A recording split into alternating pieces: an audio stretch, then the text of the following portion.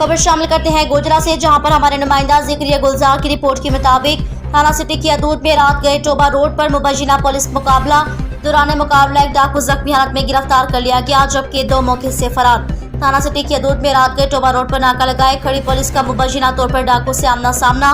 3 डाकू थाना सदर टोबा की हदूद से डकैती करके आ रहे थे कि नाके पर गोजरा सिटी पुलिस से आमना सामना हो गया, जिस पर डाकू ने पुलिस पर फायरिंग खोल दी। जवाबी फायरिंग में एक डाकू गोलियां लगने से जख्मी हो गया, जिसकी शिनाख्त तनवीर और पूरी जट के नाम से हुई, जो बाहर कॉलोनी का रिहायशी निकला। तो डाकू फरार होने में कामयाब हो गए, जिनके नाम माना, मोची सकना, जावेद कॉलोनी, हसनैन गुजर है।